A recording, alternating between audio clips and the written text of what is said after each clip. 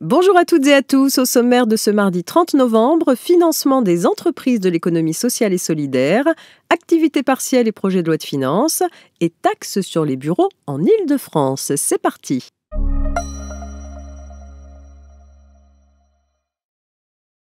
Les entreprises de l'économie sociale et solidaire, ou ESS, peuvent bénéficier d'aides et de financements spécifiques grâce à l'agrément Entreprise solidaire d'utilité sociale, ou ESUS. L'agrément ESUS est nécessaire pour les entreprises de l'ESS voulant accéder au financement de l'épargne solidaire. Il leur permet également d'attirer des investisseurs qui bénéficient, en échange d'un investissement au capital de certaines catégories de PME, de dispositifs de réduction d'impôts comme les dispositifs Madelin ou IR-PME. Pour être éligibles à l'agrément ESUS, les entreprises de l'économie sociale et solidaire doivent remplir les conditions suivantes. Poursuivre une utilité sociale à titre d'objectif principal, prouver que la recherche d'utilité sociale a un impact soit sur le compte de résultat, soit sur la rentabilité de l'entreprise, respecter une politique de rémunération particulière. Enfin, les titres de capital de l'entreprise ne doivent pas être négociés sur un marché financier.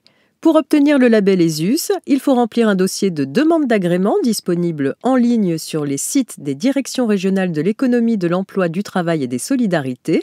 L'agrément est généralement délivré pour une durée de 5 ans, limité à 2 ans pour les entreprises créées depuis moins de 3 ans lors de la demande.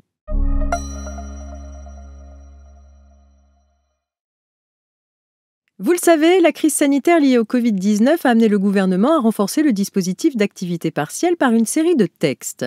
Parmi ceux-ci, une ordonnance du 27 mars 2020 et une ordonnance du 14 octobre 2020, modifiées à plusieurs reprises, ont notamment ouvert le régime d'activité partielle à des salariés qui auparavant n'en bénéficiaient pas, pris en compte de nouvelles heures indemnisables et précisé les règles d'indemnisation des salariés en contrat d'apprentissage et de professionnalisation. Ces mesures exceptionnelles, prises à titre temporaire, doivent en principe prendre fin le 31 décembre 2021. Dans le cadre de l'examen du projet de loi de finances pour 2022, les députés ont adopté un amendement du gouvernement qui prévoit d'inscrire de manière pérenne dans le Code du travail certaines de ces mesures temporaires. Via cette inscription dans le dur du Code du travail, ces mesures intégreraient donc le droit commun de l'activité partielle. Un autre amendement du gouvernement adopté par les députés prévoit de prolonger jusqu'au 31 décembre 2022 au plus tard d'autres mesures exceptionnelles qui devaient prendre fin au 31 décembre 2021. Il s'agit de l'éligibilité au régime d'activité partielle de certains salariés, dont notamment les salariés de droit privé employés par des employeurs publics.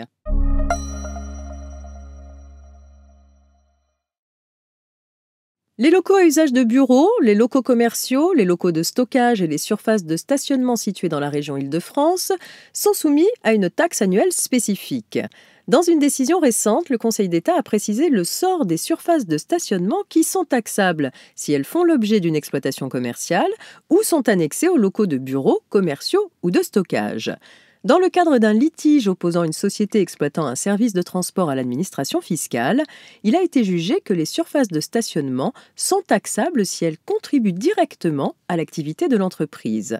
Tel n'est pas le cas des aires de remisage de bus et des places de stationnement réservées aux chauffeurs.